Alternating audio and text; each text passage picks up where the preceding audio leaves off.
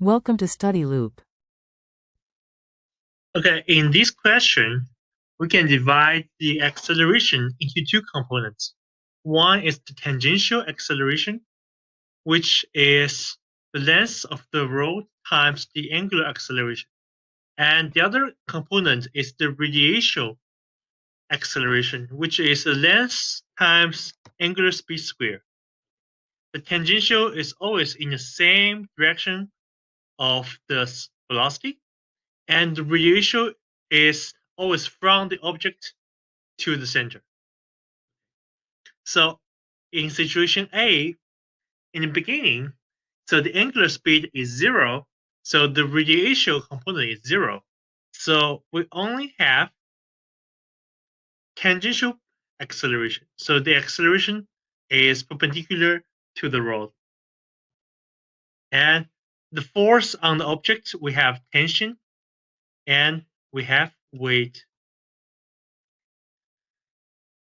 So we know that the acceleration is equal to tangential acceleration in this situation, which is, so this angle is g, this angle is theta. So this angle is also theta. So this is equal to mg. So the tangential acceleration is going to be g sine theta, right?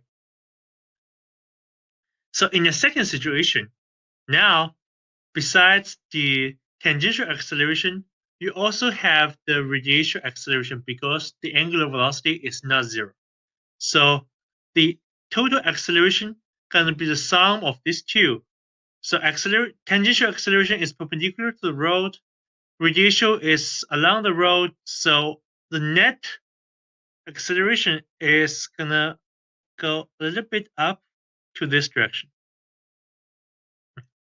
And again, this is tension, this is weight. The last question. Okay. So here we have weight, right? So we also have tension going up, right? So from question A, you can know that the tangential acceleration is g times sine theta. In situation 3, the theta is 0. So the tangential acceleration is g sine 0. 0 is just 0, right? So only radial acceleration left. So the total acceleration is going to be a radial acceleration in this situation. So how can we know what's the velocity at this moment? We can use energy conservation. So in this process, in question A, you only have potential energy. So now in question 3, you only have kinetic energy, which comes from the potential energy in question A, right? So here,